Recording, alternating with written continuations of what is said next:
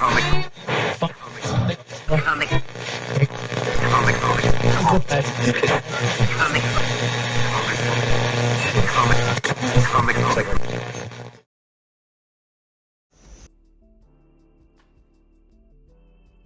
good evening, ladies and gentlemen. It is Saturday, October 7th. Welcome to Comic Book Radio. I'm your host, Peter Cimetti. This is episode 87, and tonight my guest is AYSE FENNELLY. FENNELLY? FENNELLY. Stupid me. I should have asked her. Charlie's London. So, we're going to be talking about biographic novels tonight, because it's easier than saying biographical graphic novel. Wouldn't you agree? I've never heard it referred to, though, as a biographic novel. Maybe I coined the term. Paranormal England and Charlie's London, her book, of course. And we're also, if we've got time, we're going to touch upon X-Files as well, because I know that she's a big X-Files buff. And we got to cram it all into an hour, because over there, where she is, England, across the pond, it is 2 a.m. Holy smokes. I would not be anything close to intelligible at 2 a.m. I don't know how she's doing it. It must be a lot of tea, I suppose. But holy smokes. So before we get her on here, we got Grape Nuka-Cola. What's up, Grape Nuka-Cola? Hope you're doing well. Charlie's London is also in the chat right there and on the panel tonight. Dr. Mask's Retro Elixir, hope you're doing well. Thank you very much for being here. Darth Josh is here in the house as well. Good evening, sir. Fearsome Bullet in the house. What's up? Pizza time. Death Metal Hero. What's up, Luke? Man, if you guys didn't catch the show last night with me and Luke, you missed something awesome. 2 hours of just amazing conversation. Check it out. H is for Heretic. How's it going? Hope you're doing well. Bear is here. How's it going with the weekend? It's going good so far. Going good. How's it going for you? Jetto Jaga in the house. What's up, Jetto Jaga? Brian Suddenly Old is here as well. What's up, Brian? Hope you're doing well, my friend. We also have, let's see here. I don't want to miss anybody. I don't want to miss anyone. All right, good. I don't think I did. All right. So without any further ado, let's bring her on. AYSE. Hello. How you doing? Hope you're doing well. Now, your last name, did I butcher it? No, it's FENNELLY. FENNELLY. Okay, good. Yeah. All right. Yeah. AYSE FENNELLY. It's such a, it's got such a nice sing-songy kind of thing to it. Well, you can blame my husband for that because it's his surname. Oh, No. Beautiful. Well, you know, some people, they get stuck with, you know, the surname, and it's like, don't go so well with the first name, Mm-hmm. or at all, really. Well, people always think I'm Irish, but actually my first name's Turkish. But there is an Irish first name, Isla, so people just always now think I'm Irish. Oh, huh. Mm-hmm. But it's so different, though. That's interesting. Yeah. Mm-hmm. Yeah. Okay. Oh yeah, Isla, like ISLA, right? Like Yeah. Isle. Yeah. So Hey, it's like- Mike I like, TV, Randy, like what's up? Isla Fisher. Isla, you know, I think it's Yeah, Isla yeah. Fisher. Yeah, like her. She's is she still married to Borat? Yeah. They've got like 10 kids or something. Like, Holy jeez. Wow. Yeah, that's Interesting. All right. So we only have you for an hour tonight. So no more chit chat. No more wasting time. I want to get to first things first. Now, you're the writer, the creator of a biographic novel called Charlie's London. You're on the second book now. And guys, if you want, check it out. The links are in the description of the show for both her channel on YouTube and also for the book, which is still in demand on Indiegogo. What kind of inspired you to go down that direction? Because it's about Charlie Chaplin, right? Yeah, well, apart from the fact I've got a personal connection with the story, which is something that I've spoken about before, I realised that actually a lot of people don't know a huge amount about him, to the point that if they were going to research him, there's like two books that they could use, and they are like doorstops. So I remember thinking to myself, a real great way of accessing this story is for a comic book. And really, if you think about it, it's amazing it's not really been done before in the same way, because what is a silent film but almost like a comic book? It's images with words. So why has this never been put like this before? So I just took sort of my own spin on the story. I took these two big books, one of them is literally like I used for the inspiration for the dialogue, which is his own book, and then the other one, which is the definitive biography of him, I used to help me with the research side of it. And it wrote itself. So I always joke that I've got like imposter syndrome with this campaign, because I've got like the most amazing artist and I've got the most amazing team that put everything else together, and I just, did the script and just sent it off. That's what it feels like sometimes. What's your prior writing experience? Do you have any? Not with stuff like this. No, I mean I'm a historian, so everything I've ever written has been essays and papers and articles and things for magazines. So it was very nerve-wracking. In fact, to be honest, if I was to show you or anyone else my scripts, you'd probably take one look at it and go, that's not how you write a script. But it works for my artist. So as far as I'm concerned, I'm going to keep doing what I'm doing. How do you write the script? So I'll write it the traditional almost way that you learn to write scripts at school. So it'll be the name, and then it'll be who's speaking, and then there'll be the description, which is in italics. But then I'll put the pictures in of what I want it to look like at this certain point, and there'll be directions, and there'll be, there might even be links to YouTube clips where he's talking, so the artist can get the sense of, how he moves his mouth and stuff when he draws him.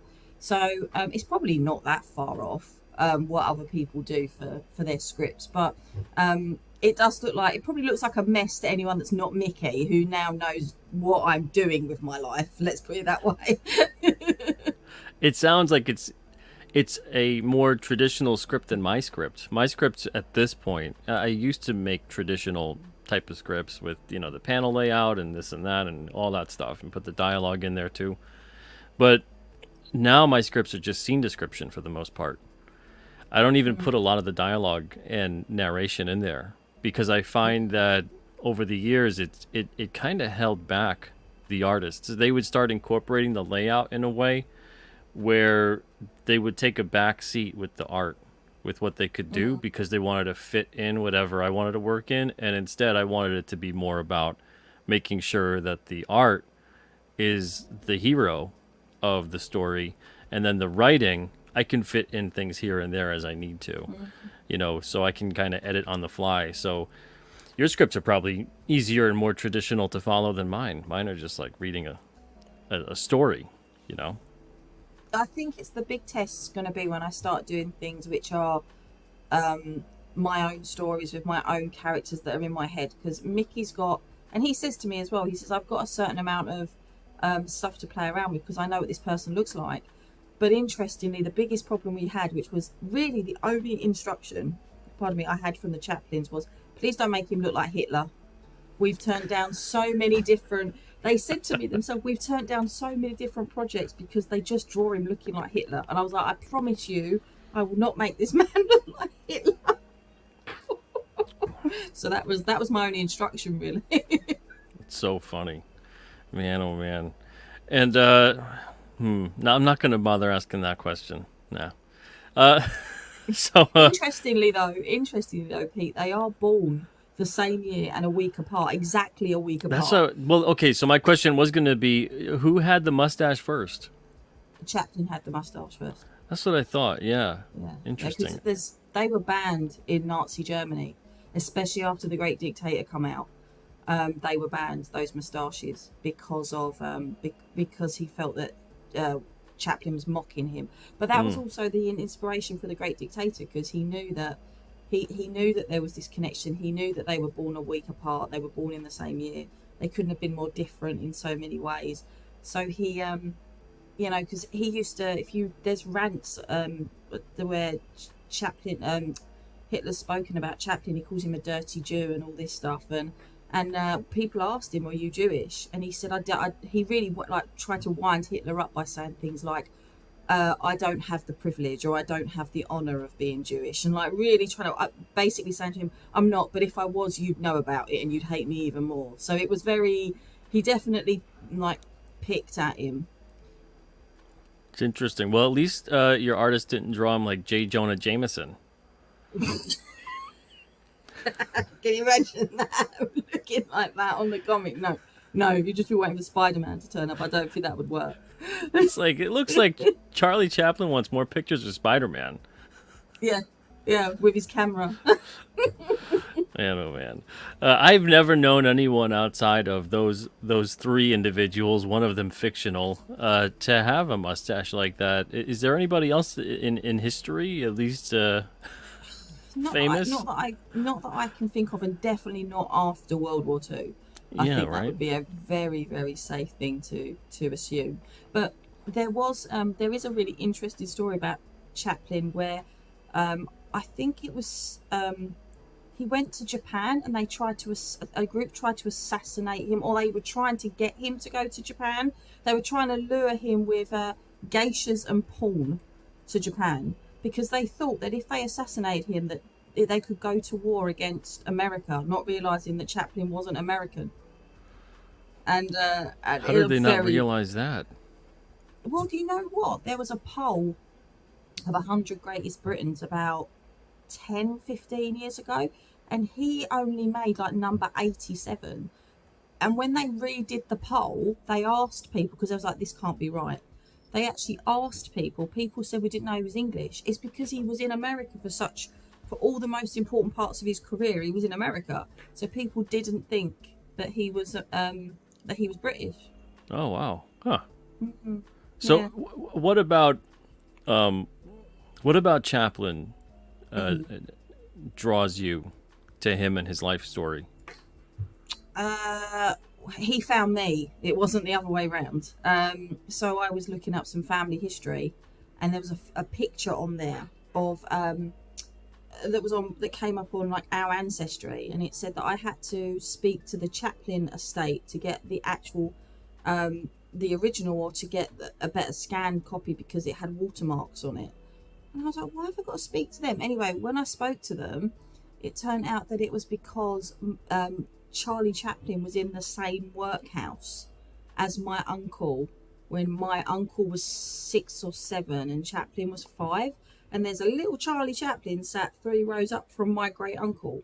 Wow. And I started thinking, well, I didn't even know he was from London. I was one of them people at the time. I didn't even know he was from South London, which is where my family's from. And I started watching his films, and I started thinking, I wonder if his humour is like geographic. Like, is there such a thing as a London humour and all these sorts of things?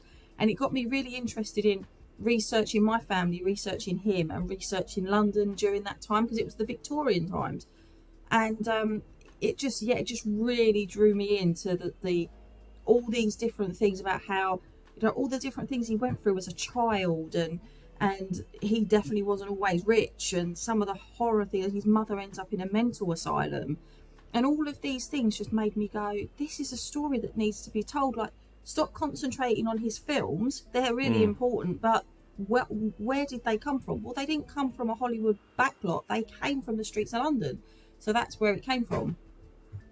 Wow. Yeah, and that's the thing that's interesting about this kind of stuff, is seeing what motivates these people in terms of their storytelling. And that's what even this whole entire show, most of the comic book radio interviews, it's all about. It's not like, well, we could talk about, and we obviously are right now talking about some of the things you work on, and we can talk about some of the things that you like regarding comics or your storytelling style, but there's so much more to it than that. It's not just, but what I'm trying to say is a lot of the influences, inspirations for people as far as storytellers, it has way more to do with a lot of the things outside of even the medium that they love, that they're using to tell that story. It has a lot to do with what they've experienced in life, their interests, and a lot of other things where, like what you're talking about, where you've come across something that all of a sudden it seems as if you're on one path, at least this is how it seems, and then this thing comes into your life, this bit of knowledge and information, and you just go down that rabbit hole,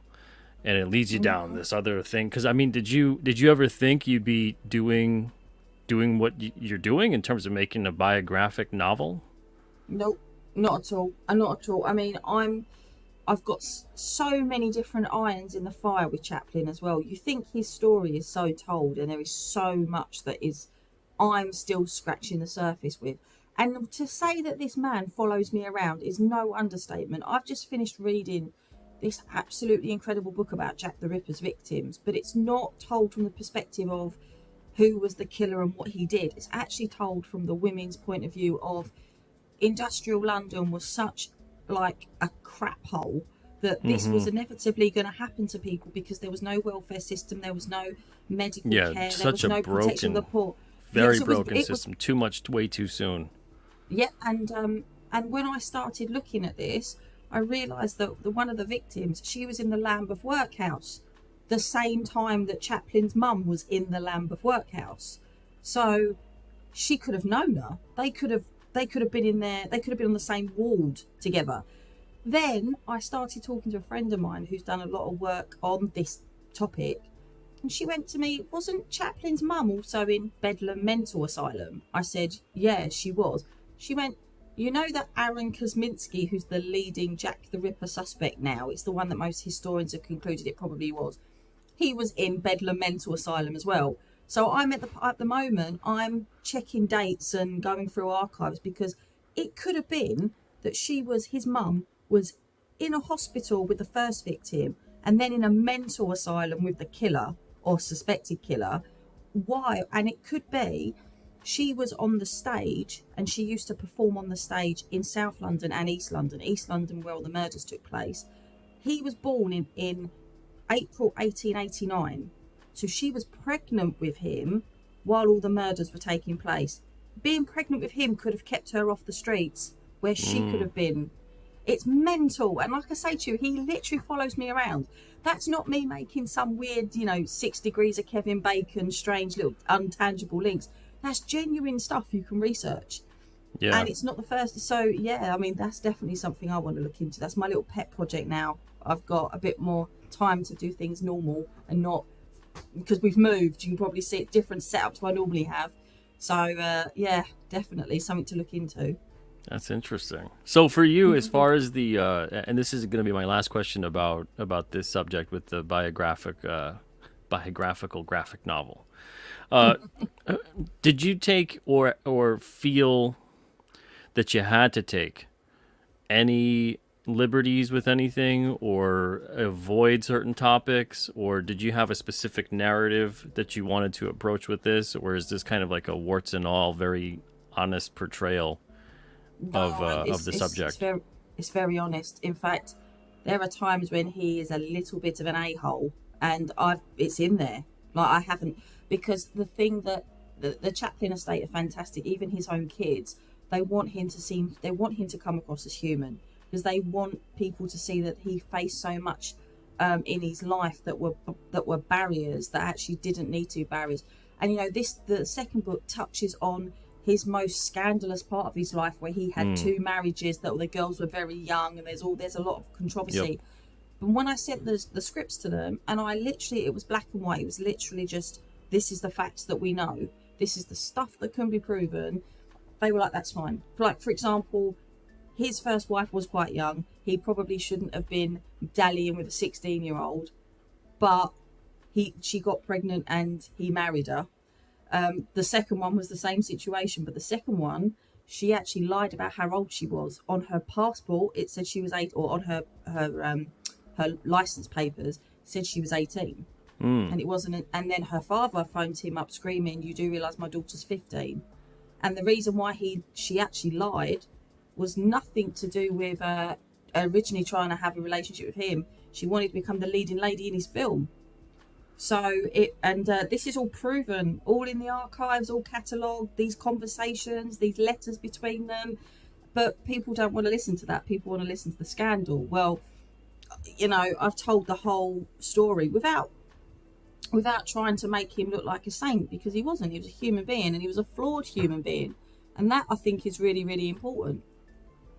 Absolutely. Yeah. And that's the thing is, I didn't want to necessarily harp upon the negative, because all of us have sides and things we've done or thought, or people we've known, or whatever it is, where they're less than perfect. I mean, I think we live in a world where there's too much striving for perfection, and not enough context given to a lot of situations, especially situations of the past. And whether your judgments, personally with your morality and based on certain issues, it is what it is. But it's important, I think, with biographies to tell the truth on that level. Otherwise, you are bordering, at the very least, on kind of portraying a fictional account almost by skirting away from some of the things that occurred. And the thing is that a lot of the things that occurred to all of us, and not just to Charlie Chaplin, but they even can sometimes find a way to shape into something positive, depending on how you learn from the situation and how you change over time. But it's difficult. It's really a difficult thing to get to that mindset sometime, and depending obviously too on the circumstance, it's even more difficult. But it's interesting though that you do touch upon that, because it's an official account, right? It's an authorized by the estate. They have not censored me at all. The only time they've ever said anything to me and been very just make sure of this is just remember to make sure our father's eyes are blue in the colour pages, because people always think they're brown. That's the only thing they've ever said to me about anything. I can't think of it. They are such a good estate to work with, to the fact that they really do just leave me on my own. Their attitude is very much, we check the script over because it's part of your contract, but every 6 months can we just have our percentage and we hope that the book's going well. That's it. So wow, sounds like they've been great to work with then. Oh, they 100% have been great to work with. We've also spoke about other projects. So, for example, Chaplin was working on a book. He's working on a script for a film called The Freak, not long before he died, where it's about a girl that gets picked on, and then she discovers that she's growing wings, and it's very X-Men like, before the X-Men even existed. This was written in 1947, so there was no. I think he first came up with it in 1929, and then he put the script together in 47. Wow. So we've been talking about the fact that there's no plans to make this into a film, because we do have things like X-Men and Avengers. It's not really going to be something that's going to grab a massive market, because these things have been done really. But they've said to me about, well, what about turning it into a comic? I said, if you're going to give me a license for another book, let's do it. So there's all these different things that we can play around with. It's really fun. And plus, the next thing for me is I want to do my PhD, because my PhD will be on Chaplin, because I've got stuff I want to write that can't be fit in a comic. So he's not going anywhere anytime soon. How does that work out? What is it going to be a doctorate in? It's using him as a case study of the 20th century and essentially cancel culture. So, for example, in the First World War, there was lies that he refused to fight, all because he got tangled up with a newspaper magnate that bought his story but bought it illegally. Then during the interwar years, there was obviously, he stood up in Hollywood, one of the few in Hollywood to stand up against the growing Nazi movement that was in Hollywood at the time. So a perverse Hollywood is nothing new. It's been going on for a while. And then the Second World War, we obviously have the Great Dictator. And then there's the McCarthy era, which he is subject to.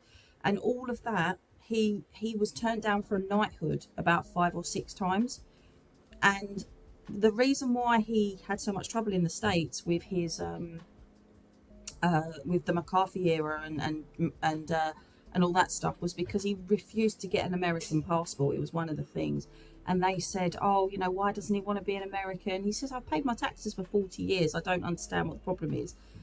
But really, if he'd just been honest and lost a bit of pride and said why he didn't want to give up his British passport, it would have saved him so much hassle. He didn't want to give up his British passport because he wanted to become a knight of the British Empire. So he wanted to be knighted. And you can't be knighted. You can be an OBE and an MBE, which is Order of the British Empire and a member of the British Empire, but you can't be a knight of the British Empire if you're not a British subject. Even today, it's how it works. So he didn't want to give up his passport because he wanted to be Sir Charlie Chaplin. Well, if he'd been honest about it, it may have actually solved him some problems. That's interesting. Mm-hmm. I don't mean to make light with this question, but is there any kind of responsibility that comes with knighthood? Or is it just like Yeah, an honorific? it's an honorary thing a lot more because you've got to do certain things. I mean, now it's given to people who are like really awarded sports stars, or people that have made lots of money for charity, or people that have had been real entrepreneurs with business. So it's not like when you're a peer of the realm, as in you're, oh, hang on, there's a husband there walking around. I don't know where he's going. He actually stayed. Speaking of paranormal activity in England. Yeah, I know, we've got a ghost with a yellow blanket wrapped around. He stayed up. I went for, because of the timing. I went to have a nap. He stayed up playing on his PlayStation, and to make sure that I didn't miss the call to get up. And now he's just sort of looming around, trying to get around me so he can go to Yeah, it looks like he's like a ghost kind of just floating through, and he's like, meandering in the scene. It worked. That worked really well, didn't it? But yeah, to finish your question, it's more of a thing you get after doing lots of stuff than it's not like when you become a knight of the realm. It's not like you become like a member of the aristocracy. It's something you get for services to the country. Interesting. Okay. I can get conspiratorial with it. I wonder if it's some kind of a secret society, like a not so secret society. Probably. It wouldn't. I mean, there is quite a lot of Masonic things with it, I reckon. There's no doubt about that. Yeah, I think why. there is, definitely. Yeah, interesting. So, Jan gave us a perfect thing there to get into a paranormal topic. Now, Yes. if I'm remembering correctly, a while back you told me you had worked at the Tower of London. Is that correct? That is correct. And that you had some experiences there. No, I said to you I didn't have any experiences there, which annoyed me because I worked there for because there's so much. Yeah, I know people that have definitely, like, out of the corner of their eye, they've seen things, or doors have shut, or they've had a cold feeling. I just think maybe I'm just too loud for ghosts because I slept there a couple of times and I never saw anything. I think they were just like, this girl doesn't shut up. Like, we're not going to bother. If we were here, she wouldn't notice. She'd just be talking all the time. So, but yeah, I do know people that definitely saw, like the beef eaters that live there. They saw crazy stuff all the time. Definitely not people walking around with yellow blankets on.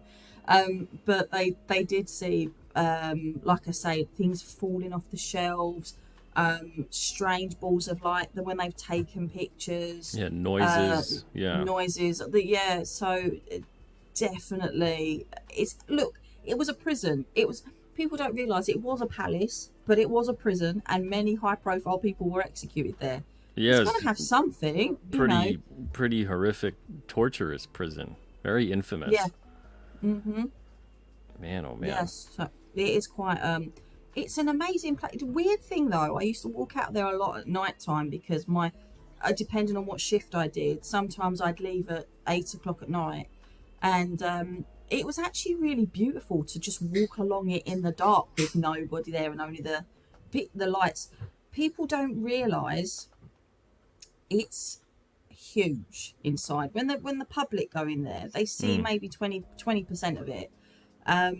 It's actually massive. It's got its own like street lights. It's got its own post office in there, like to send your mail. Like it's all the yeoman warders, like the beef eaters, live in there. There's something called the hospital block, which has a doctor's surgery in it for the people that can go to this doctor's when they're not at work. It's mental. I mean, I don't know if you've played it, but Assassin's Creed Syndicate, you can run around the Tower of London in Assassin's Creed Syndicate, and that game had a team of 18 historians that worked on it, so it was really historically accurate. I was playing it one night and I'm running around the tower, and Jan's going, shouldn't you be checking the map where you're going? I was like, I worked there for 9 years. This is historically mapped. I know exactly where I'm going. And it literally was turn right here and that's that. Turn right, left there, and it was mental. And he's going, yeah, but you've got missions to do. I was like, yeah, I've done all the missions. I'm just running around now because I just like to, I'm running around for nothing. So he's like, fair enough. So you worked there for 9 years, and there's nothing that you would say was odd that you experienced? a coldness maybe in certain rooms, and I It's experience London. a lot of odd. Yeah, exactly. I experience a lot of odd visitors. I don't know if that's a something to talk about. You get some Old very visitors. What does that mean? odd visitors. Oh, odd So visitors, odd like strange visitors. people. Yeah. A lot of people very obsessed with the Tudors, so Henry VIII, Ah, and to the point that it's kind of weird. I mean, that's another like period of history I study a lot. I do a lot of things with, but I'm not as crazy as some of the people that were coming in there. So yeah, it's definitely got a little bit of a cult attached to it. But yeah, I can um, imagine. I'm trying to think that, like I say, there was definitely a lot of situations where you walked into rooms, and you definitely didn't feel like you were on your own. It Hmm. was more of a feeling though than actually seeing anything, and you just um, the one place where I thought, oh, this is quite creepy, is where they say that the princes in the tower went missing. There's Mm-hmm. definitely a very strange feeling there. That was another thing I know friends of mine have experienced, like children laughing, and then when they've looked around the corner, there's like nobody there. That's another thing that I know one of my friends experienced. She was like, Hmm. there's children still in this building. We need to make sure that they leave because we've got to lock it up. And when she went around the corner, there wasn't anybody there. And there was no way there could have been anybody there. That's a very, very common thing in terms of, and not just that place, but with the paranormal in terms of hearing the voices, the laughter, the something regarding children. Hmm. And it's sometimes attributed to believing that it's something demonic that's trying to trick someone. Hmm. Only because, and I can kind of see it being that way, only because, I mean, how many like dead little ghost kids would be running around and making noise in certain places? It just sometimes it doesn't add up. But No, I mean there you could say it was because, like I say, the princes in the tower. yeah, Yeah, but that one. other than that, yeah, I get what you mean. The other really, I'll tell you really quickly, a really funny story was I used to do a lot of reenactment, First World War reenactment, and I was with a group who were really good. We did film extras work as well. We did War Horse, the film War Horse, and we did Downton Abbey as well. Which obviously, if you've never heard of it, it's a period drama over here. Quite a big. It went on. It was quite big. I'm sure it was quite big in the States as well. Yeah, I never Uh, watched it, but I heard of it. Yeah. yeah, and we went to me and my reenactment group. We went to a place in Belgium, which obviously quite heavy concentration of fighting in the First World War, and we were allowed to stay in this museum in kit, in costume. Um, and they had like trenches in there, wooden trenches that we could stay in. They're all underground. And a couple of my friends got really, really drunk one Saturday night, and they didn't hear the alarm to leave, and they were still dressed in the First World War uniform.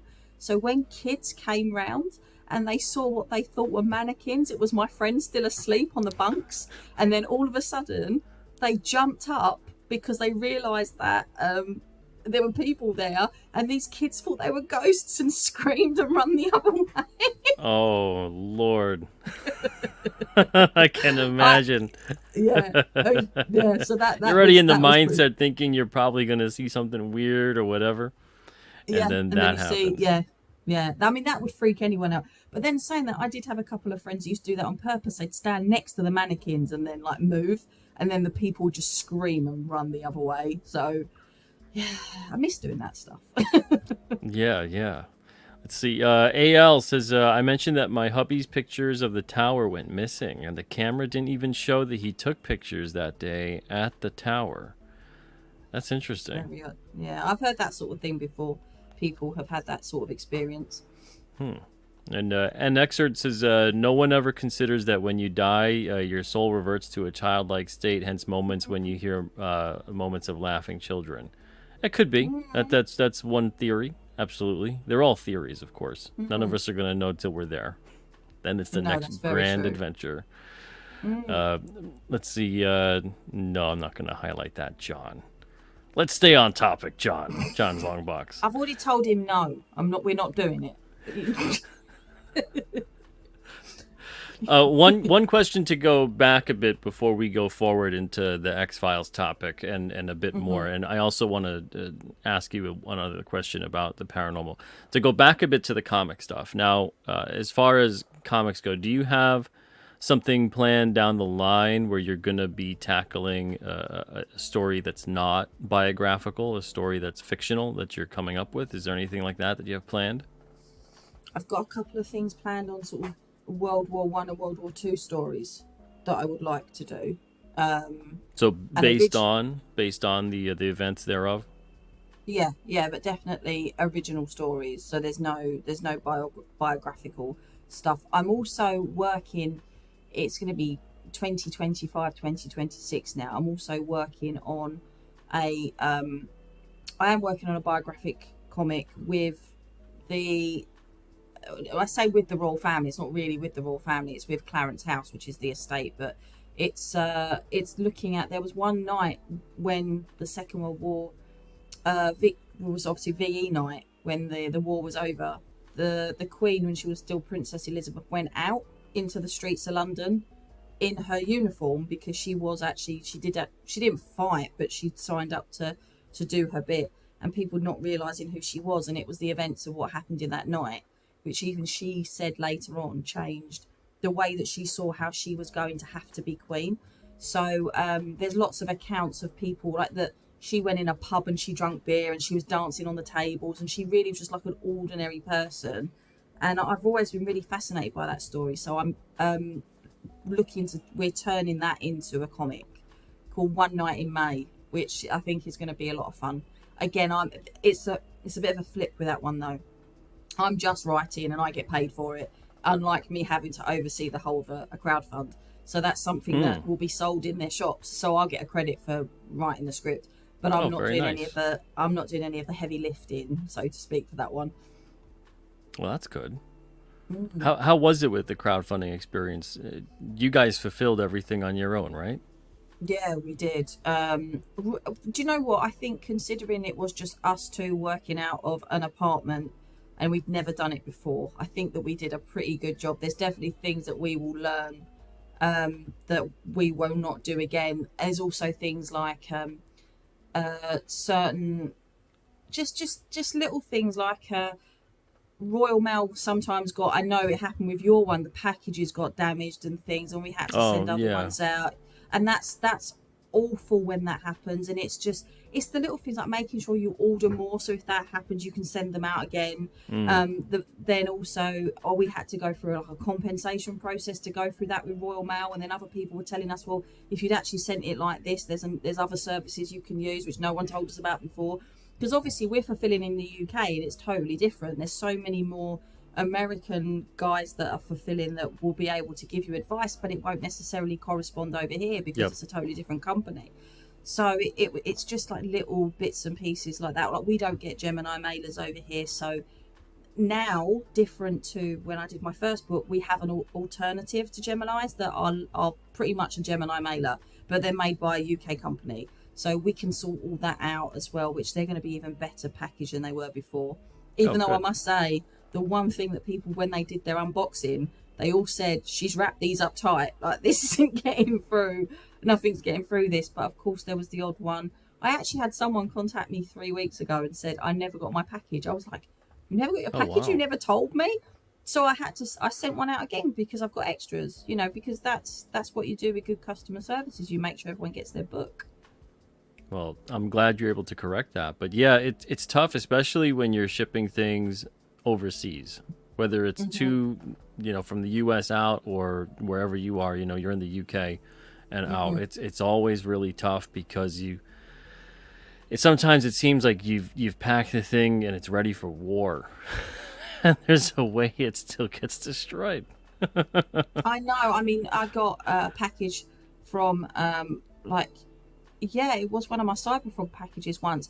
The box looked like it had been through a war, but inside everything was perfect. It literally looked like they'd just thrown it around the warehouse before it. Not Ethan's warehouse. I'm talking about Royal Mail's, and it landed. I mean, it was so battered you wouldn't even believe it. But when I opened it up, it was fine. So, God knows what they do with them. Hallelujah for that. And Sheldon Martin says drinking beer and dancing on a table sounds pretty normal. Well, I mean, this is the UK that we're talking about. They're more proper there, right? They don't ever get drunk. Yeah, you say that. We've my husband loves to people watch. It's his little guilty Now, you pleasure, right? people in the UK drink like you want to die.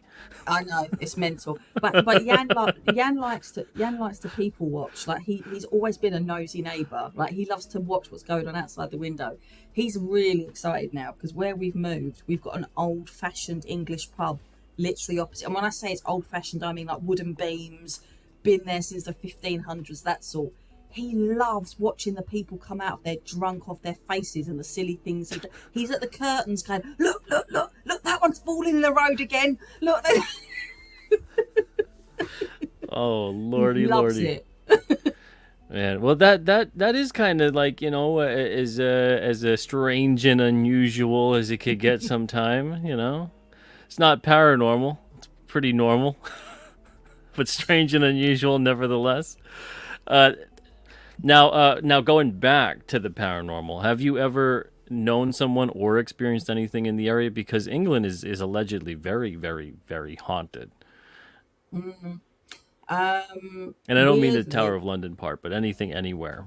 no, actually, it's weird. I went to the people that own the Tower of London, a charity called Historical Palaces, and they look after a couple of different places around the UK. And one of them is a place called Hampton Court Palace. Now, Hampton Court is another place that's meant to be incredibly haunted.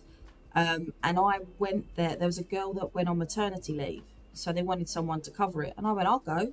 It's not that far for me to get to. I love there. It was about Christmas time. It's got one of the only surviving Tudor kitchens in the whole of Europe. So, and it's working. So they have a big like the spit and everything. I was like, yeah, I want to go see that all at Christmas. No one told me about the different ghost stories and things. And I ended up, I went to one particular part and I went to one of the girls that was working there. I went, can you smell oranges? And she looked at me and she went, white. And I said, what? She went, oh, Queen Caroline's saying hello then. I went, what do you mean? She went, well, Queen Caroline used to bathe in this room, and one of the things she bathed in was oranges. Like she had cut up oranges put in the water, and you could smell that walking down the corridor because she believed that the citrus in the water would stop her getting sick. And I was like, that's okay. I didn't know that. That's nothing. I didn't know that at all. So the fact that I said that really creeped everybody out because they were like, how did you know that? The same place I was stood in like a little room, and when I walked out, I said to one of the girls, have we got the reenactors in today, like the costume guides? She went, no. Why? I went, well, I swear I just saw a Civil War soldier. So a British English Civil War. So the Roundheads had like the round helmets, and I saw a flash of what looked like a round helmet. And she went to me, it didn't look like this, did it? And she was just explaining it. I said, yeah. She said, yeah, that's this was all very much part of the English Civil War. It was Charles I was here, and then Oliver Cromwell was here, and it changed hands backwards and forwards. So what you may have seen is our resident Roundhead, which is what they nicknamed him, which was this soldier that literally hung around in the cloister. Wow. And I didn't know any of this. So, but again, it's like, because I'm such a history nerd, I'm the sort of person, if I saw a ghost, I'd be running down the corridor to catch them with a notebook to ask them questions about what their life was like. So I don't know if this stuff would necessarily scare me if they threw something at me. Yeah, fair enough. Yeah, stuff like that. Stuff like that, I don't know why certain people would be frightened. It's just if it's a ghost, if it's an entity that is actually intelligent, which a lot of the time I think it's like a residual energy thing, or maybe even sort of like a time slip or something that's happening, and you can just see something within a brief moment. But if it was an intelligent spirit, and it was there, I mean, I'd want to make contact. You'll know when it's, I believe anyway, you'll know when it's something that's demonic or evil. You could really probably feel that. But most of the stuff, if it's just people, they're just people that are not there anymore. No, and also I was thinking about this not long ago. What if they're actually what if if there's some sort of atmospheric sphere that goes around the earth goes one way, this sphere goes another, and what you actually see are gaps in time where these people are just living their ordinary life, and that they're not actually interacting with you, they're interacting with their ordinary life, and you're just seeing a pocket of like an atmosphere of this. Yeah, and that it's not even a spirit, it's just you're seeing something overlap in a way. Yeah, and also, you know, if you're in their home, let's just say like here, for example, and then something suddenly fell off a shelf or whatever, how do you know they're not thinking, who's this person in my house? Because they've got no concept that they're not here anymore. You know, but as for, you know, demonic entities and things throwing things at you, I'm a secondary school teacher, right? I teach 11 to 18-year-olds. I get demonic presence every day that want to throw things at you, so it doesn't really bother me if a ghost wants to do it. I teach kids. Let's see, NXR says, but why would an evil entity present itself as evil for you to know? Well, most of the time, as stories go, and I haven't tried to do this, but people conjure such things, and there's certainly enough accounts. I'm not going to test it, but there's a lot of energies I've felt that just don't feel right, and a lot of the time too, you can even feel that among the living. There's certain people that their energy, their frequency is not vibing with yours. It feels strange. There's a darkness. There's an oppressive feeling to it. You're in, you know, you could be around certain people and you can be more depressed, prone to anger. You know, there's a lot of people. I've known people like that have affected me in some way. But then the opposite is also true. I've known people that, you know, you're around them, you're energized, you're in a happier state of mind. You know, and so all those kinds of things again. I'm not sure 100% about the science behind it. I do know that there is science behind it, but a lot of this metaphysical type stuff, there's a lot of things out there that can explain it. And everything is energy. Every single thing is energy, and we have electromagnetic fields around everything. So just even that in itself actually, is interesting. You say about that, the only other thing that I'd say was quite spiritual is... many years ago, what got me interested in studying the First World War was I had a lecture at university, and it was one of our courses, and I really couldn't get my head round it. I couldn't get my head round it. So I was going to France one weekend with my parents, and he gave me a list of places, because France and Belgium, it's just you just hop across the border, it's so easy. And he gave me a list of places to go, and it felt like when I got there, it felt like the ground literally grabbed my feet, and I never went home. I just became obsessed with researching everything I could. And I kept wanting to go back to this one particular place, Ypres, which is where a lot of the fighting took place. Of all the places I went in France and Belgium, that was the place I wanted to go back to. Well, during COVID, my mum started looking up family history again, and she said to me, she doesn't know much about her family beyond her dad. And she said to me, I found this person that was killed in the First World War, and I'm pretty sure I didn't lose any family in the First World War. So anyway, we started researching it. It turned out it was her grandfather, so my great-grandfather, and he was killed when her dad was 14. So that's why he never spoke about it. And her dad died when she was 11. So they definitely wouldn't have had those conversations. We found, by the grace of God, he has a headstone, which a lot of soldiers didn't. They don't have memorials. And we went and visited him, and his name's on the headstone, and we couldn't believe it. Not only is it a cemetery I've been to many times before for research on other things, it's right down the road from where I always go. Like, I've had this thing of going there. But on top of that, his first name and his middle name are my brother's first name and middle name, even though my mum never knew anything about this man. And on top of that, his date of death, the 1st of June, is my brother's birthday, the 1st of June. That's a hell of a coincidence. It's really freaky. It's really strange. And he was, he died in a military hospital of his wounds. And the stuff that I've researched for many years, which is my other passion, is the medical side of the First World War. Way before I even knew any of this about him, it was the medical advancements that were made during the First World War. So it's just, to me, like you said about spiritual energies, what is it that's transferred to me? Not even necessarily anything crazily or paranormal, but a feeling in the earth that has kept me coming back. It's mad. Yeah, yeah. And there's a lot to be said for that, I think. And it goes beyond a trivial explanation. Mm-hmm. And I think the more we try to trivialize something like that, I think the further we get away from the truth of it. If we don't acknowledge that there is more to it than that, and we just cap it off as like, well, it's a coincidence, and there's just statistical averages, and all of that, like easy to explain it away kind of a thing. It doesn't encapsulate the whole picture, No. It really doesn't. And then we start going, well, it's solved, it's answered, let's move on. And it's like that doesn't answer it. But No. that's a given explanation that a lot of people are usually pretty happy to accept. And I think there's far more to it than that. Yeah, I So agree with that. yeah, and so as far as getting into the X-Files goes, I know you're an X-Files buff. You're really into it.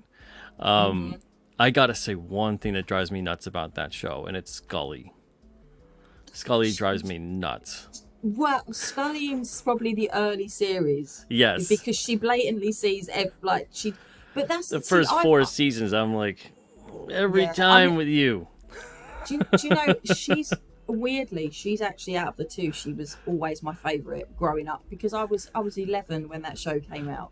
I always remember thinking she was a really good role model for like young girls. I mean, I think one of my friends bought me a T-shirt once that said, when everybody else was looking up to Britney Spears, I looked up to Dana Scully. She was, but actually, weirdly, the conversation we're having now, you could draw parallels between what I do and the way Scully is, because I'm very much, I believe there is all this residual energy. I believe in God. I'm quite a spiritual person, but my historical training tells me not to, because my historical training is, if there's no evidence, it doesn't exist, which is very much like her scientific attitude of, she's very religious, but she has this stuff of, it has to be rooted in facts. And I can understand why Mulder used to get so annoyed, because he'd be like, how can you believe in a man in the sky, but you can't believe in aliens in the sky? Like, or just even the amount of things that she personally sees, witnesses, experiences, so, and I know there's certain things where she is refusing to acknowledge that they've occurred to her. And I know that there's certain instances too where she's so eager to believe in what someone else's explanation is, usually someone in a higher position of authority, that she's willing to just blatantly contradict her own experiences, her senses, what she's seeing, the experiences of Mulder, the experiences of all the people that they've talked to just go with that. And so for me, I always wrestle with, is she a brilliantly written character? Because there are people like that. There's people like that all the time, that they experience things day in, day out, whatever it is. And it doesn't have to be paranormal. But it could be, like, let's say someone who's stuck in an awful relationship, but they don't want to face it. It's right there in front of them, but they don't want to face it. They don't want to deal with the truth of it for whatever reason. So they keep on denying. So there are instances time and again where people will do that so they don't have to confront the very uncomfortable truth. So I'm always going, well, is she a brilliantly written character, or is she a horribly written character? So it's one of these things where I'm like, is she just there to play off of, Mulder, who isn't necessarily like a foolish believer. He still wants to prove it. But sometimes she is so blatantly dismissive. Instead of wanting to prove what it is, she'll just come up with an explanation based off of nothing, of just like, oh, it must be this sort of thing, and then that's it. And it's like, okay, we'll go prove that part of it. So that's the part of it where I'm like, I get frustrated with it. I would have loved it if, and I know that she kind of sort of is this in the beginning, where they kind of have her there to kind of Project Blue Book him in a way and explain it all away and just kind of squash it. I would have loved it if it was even more than that. Like, she was actually sent in there to purposefully get him off track on everything. And then she kind of gets sucked into it and goes, oh crap, this really is real. Like, I can't keep trying to mess this guy up, and you could have had something with Mulder maybe actually even goes, wow, like, you were sent in here to basically be a mole and turn on me and make me not find out the truth about things. But that's just my storyteller brain trying to come up with something that would allow me to find some peace with some of the character. Well, it's funny you say that because the show was at its peak in series 3, series 4, and then it started to sort of drift off about series 5. But some of my favourite episodes are in series 5, series 6, and series 7. To the point I'll have that to come back to it then. Yeah, I stopped around halfway through 4. You can see from that point that Gillian Anderson and David Duchovny they actually have more control over their characters because Chris Carter lets them produce episodes, and you see that the dynamics slightly change. Like, for example, Gillian Anderson in real life is the total believer. David Duchovny is the one that doesn't believe in anything. So in real life, they were flipped. When you actually start to see from series 5 onwards, he starts to question more, and she starts to say things like, of all the things you've seen, this is the point that you say this isn't real. Like, it's definitely that's more, what Sheldon is saying here too. Yeah, there's some great episodes. There's one in Biogenesis and Biogenesis 2 in series 6. Mulder goes nuts. There's something in his brain is triggered by the alien DNA that was put in his body and played around with in the earlier series. And Scully has to go and do everything. And she finds this spaceship in Africa. And it's not until she analyses the spaceship she realises it's been there for thousands of years. But one side of it's got all passages from the Quran. One side's got passages from the Torah. And she realises that the human genesis and the things that she believes with the Bible are all alien. They could all be alien. And it's such a well-written episode because it just really sort of shows that they've taken their time to actually work these characters. And I know John said he's never watched this show. Does it hold up? When I was like with my broken ankle, incarcerated as I call it, in my parents' house, I started watching it from the beginning again because it's on, it's easily accessible and it's something that you can just watch, and it's just there. 11 series of it now. I thought, this will get me through being on my back with a broken ankle.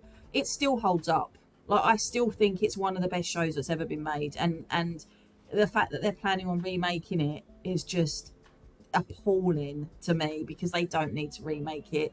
They want to make it for diversity reasons, but you actually watch it properly. It's such a diverse program that the woman is the female. There's a female lead that is not a condescending female lead. She has to fight all the way through that to actually be to be held up where she is. At one point, the leader, the assistant director, is black. I believe that there are also various different characters that are from different ethnicities. There's a big thing with the native Indian community all the way through it. I don't quite know, and this was they started making this in 1993. Okay. Yeah. So at the end of the day, there's a lot in there that they don't need to play around with it. Just leave it alone. Leave it for what it is. There's an obsession with that. It's like an erasing of history in real time. And this has become history for us in terms of these kinds of things, and we've seen this kind of stuff has occurred throughout humanity in terms of you'll take stories, myths, religions, all these various things, and you revise them, you put out the version based on whoever's now in power that wants this kind of tale to be told in this kind of a way. This kind of stuff has been going on for forever. This isn't anything new. It's just it's happening so fast, way too soon, and it's insane to see it. They don't even let like a generation go by, which is usually around 20-25 years. It would be considered a generation. But nowadays, I mean, they're stretching it sometimes to a 40-year span just to encompass their own narrative of like, no, they're now a millennial is like 1978 to whatever, and it's like what. So you have all these various things take place where it's like a weird erasure and revision of history, and that's so odd to me. It's like just let a lot of it be, and as far as storytelling goes, to not go down the rabbit hole with it. Just as basically storytelling, it's make something new. It's lazy for what it is. Like a couple of years ago, there was a big hoo-ha over here because there was they made a TV series about Henry VIII and his second wife Anne Boleyn, and they made Anne Boleyn black in it. And I remember thinking to myself, I don't have an issue with this. This actress is Shakespeareanly trained. Like, she's a fantastic actress.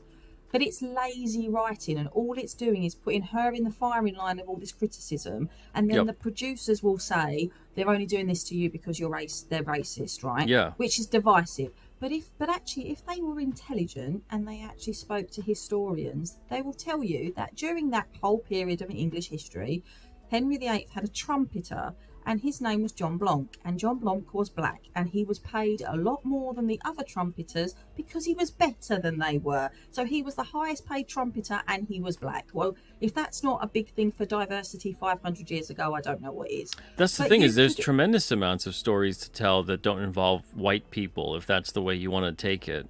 You know, lift up those stories, tell those stories. There's so many interesting stories across all kinds of cultures, you know, across time and across the earth.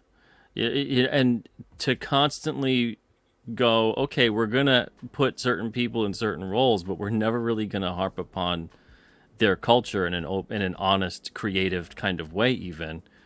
That turns into something strange. And I don't mean to just make historical stories. There's so many myths, legends, folk stories about from certain regions, from certain cultures. But to have it go in there, to me, it looks like the reverse psychology ploy of what a modern supremacist racist would do, which is essentially, like you said, you put these people in these positions. And you make it seem as if, oh, aren't we so with it? Aren't we so diverse and open? But what happens is, of course, they know how it's going to play out, where there's going to be an outrage. And you're going to constantly look at the people they put in front and go, whether it's, someone who isn't white, a woman, gay, whatever it may be. And it's going to be, they get blamed for the ruination of these things. But meanwhile, the people making the decisions behind it are usually white people. Yeah. So and it's a weird thing to see it, but it happens time and again that we're seeing right now, where it's like this weird suppression of any kind of other culture that has ever existed, while also saying that it's diverse as long as there's no white people in it. Yeah, I mean, this is the thing, that they could, if they told that story of John Blanc, they could have told the same story of the same relationship between Henry VIII and this woman playing out, but from his perspective. You would have been able to tick the diversity box, the historical accuracy box, the original box, but it's because they're too lazy to do this stuff. This is the problem. It's like this whole thing about Cleopatra and now the ancient Egyptians being black. I turned around and we had a group come in to do some speaking at work. And they said that they now have categorical proof the ancient Egyptians were black, and that's what we should be teaching the children. So I said, okay, so you're saying the ancient Egyptians are black, and that we need to remember that we need reparations for anyone enslaved, and that we need to be thinking about this stuff. And then she went, yeah, we do. I went, okay, so where's my reparations? She went, what do you mean? I said, well, if you're telling us that the ancient Egyptians were black, then the first people to enslave anyone were the Egyptians enslaving the Jews. So now are you going to tell me that the blacks enslaved the Jews? And if that was the case, then where's my compensation because my mum's Jewish? She couldn't answer me. She couldn't answer me. I just I took her facts and went like that. I just went, okay. And then can we just give each other $20 and call it a day? Like, we all just give each other, like, hey, you just see someone, like, here's $20, and someone sees you, hey, here's $20, reparations. I'm sure someone along my ancestral line screwed you over hard. $20, and we're all happy. Everybody got $20, and we all wind back up even again. I love Death Metal Hero. You sound like Jan there. This is the sort of thing he says to me when I come home ranting about stuff. This is what he says to me: how dare you try to confuse them with logic and reason? How dare you try to be intelligent? It's crazy too, because money doesn't make those things better. To equate the fact that money will make it better now, it doesn't. So all the let's act as if let's go into the biggest fairy tale of all. And I know we just crossed, we're an hour 6, so please forgive me. Maybe we'll do an No, hour that's all 15 right. and then we'll stop. That's fine. But like the biggest fairy tale of all is that only like one group of people have ever suffered in the face of humanity. One group of people. You choose them. It doesn't matter. I'm not going to say that there is one group of people that claim that that's it. But whoever the case may be, whatever the narrative is being pushed, it's always treated as if one group, only one group of people, and you could pick. Um, that is such a load of BS because you could go back for forever and ever and ever and ever and find tons of history, stories, etc. Tons of things, proof all over the place, evidence out the yin yang about how everyone kind of screwed everybody over. So if it's, but the thing is that if we're going to get to a great place in the future, if we're going to actually do something that transcends what our pettiness of the past, because when it all boils down to it, you can give someone $1 million. Let's say you had an ancestor from several generations ago went through something horrible, and they give you $1 million to be like, this makes up for the absolutely horrible thing that occurred, right? That's a weird thing to say. That equates unbelievable human suffering on a large scale by those in power with here's your monetary compensation. And does that make that right? Does that erase the suffering that occurred? So we can only erase the suffering that occurred if we actually make an effort, a tried and true effort to not continue the suffering. And it takes a lot sometimes to just be like, you know what? This is just going to prolong it. This is just going to make now worse for us, living in the past, living in the suffering, acting as if, it will never end, and it to keep that wound open for forever and ever and ever, and not eventually allowing some sense of not forgetfulness, but forgiveness, and to move on. And we all have to have kind of like a national or international, transnational forgiveness day in terms of like like a global forgiveness day where we're just like, let's just bury the hatchet because we're not getting anywhere like this. But I agree. as I we agree. can see And time and again, even there's events that occur today, and I won't get into it, but there's events that occur every day where we see this kind yeah, of stuff play out to keep the hurt yeah. alive. I mean, my dad is Turkish Cypriot, and there was a war in Cyprus, and that's why he fled to the UK. And he has brought me up where he never says, "Oh, the Greek Cypriots did this." He's always talks about the terrorist group that was the group stirring things up. There were terrorist groups on both sides. My dad physically saw horrors of war, and he would not bring me up to have a hatred towards a Greek Cypriot person. So the fact that one of my best friends is Greek Cypriot, and it's to me it's bizarre. And I'm talking about a man that actually saw physical violence, death, the Yeah. results of war, and he wouldn't even let me The take horrors that. of humanity No, and everything else. he Yeah. wouldn't even let me take that into my heart and be, you have to hate these people now because and you know what, my friend came to my wedding, and it's really funny, he stood next to my brother and they're virtually identical. It was a running joke, they're virtually identical, and it's because they're both Cypriots. Greek, Turkish, doesn't matter, they're both from the same island, like our families are from the same island. And yeah, it blows my mind that people can be this divisive, to be honest.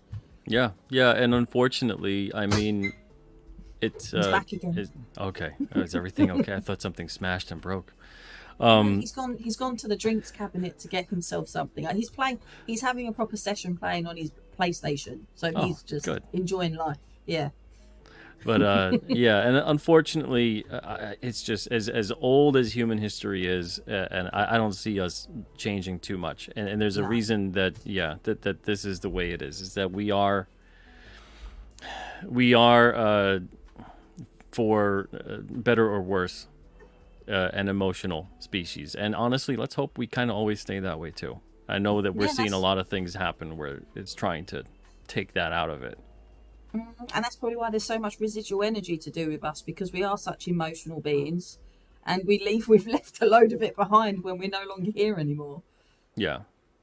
But hey, maybe, to look at it and give some perspective, and this is something that obviously I know you know about it. Even being a historian, you have to know about it. You have to see that we have made, as people on this planet, we have made a lot of progress from times past.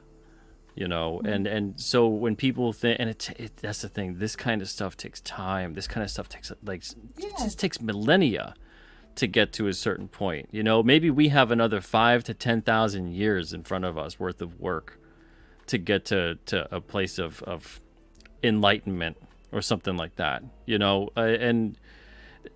But it always seems like every time we're kind of making progress, there's people within certain positions of power that are like, that's not good. That's not good. They're starting to like each other a little too much. We got to remind them that they're different and that's bad. And what better way to weaponize that than to really show, okay, let's showcase diversity. Let's push that. And then at the same time, weaponize it. Something that is a great strength. The fact that human beings are diverse is one of our biggest strengths, because it allows diversity of thought, new ideas to emerge, new concepts, new culture, new foods, new music, new everything, That's what keeps it flowing. But what we're seeing is like the reversal, I believe, where we're seeing this push towards diversity. What we're really seeing is people in power pushing homogenization, because it's like you have to all be diverse the way we want you to be, which is all following this checklist of this is how you need to be. And at the end of it, give it like a generation and everyone's going to go, everything's the same. Where'd the diversity go? Actually, Abba in the chat has just said something really interesting, and I only found this out recently.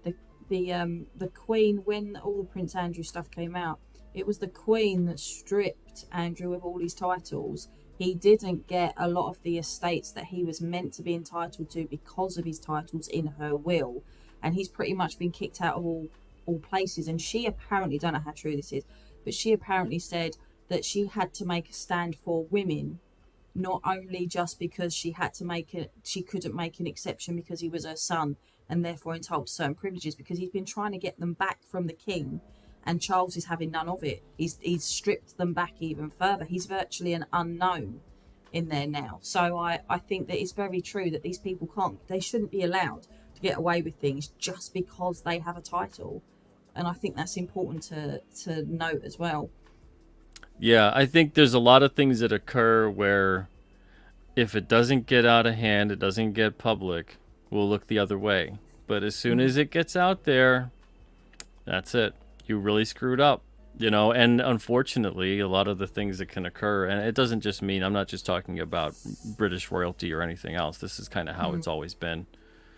Unfortunately, it's never really that situation where people are stopping it before it gets out of hand, and solving it from within, because the whole system is predicated upon that. And then even there's layers of blackmail a lot of time where it's set up in a certain way where everyone's got something on everybody else, and this goes back generations upon generations upon generations, and then eventually it comes out. But again, you're a historian, so I'm preaching to the choir as far as the depths of history as how these things occur and how they build up, and that it's not something where you learn. I don't know how the education system is in the UK, but from my own experiences in public schooling, and then later on as a substitute teacher, and talking to other people as well, the education experience for the most part in the US for history is basically, here's the dates of when things happen and who was involved.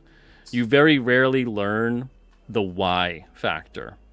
You very rarely learn all the build-up that happens to why this happened, that happened, and then that occurs.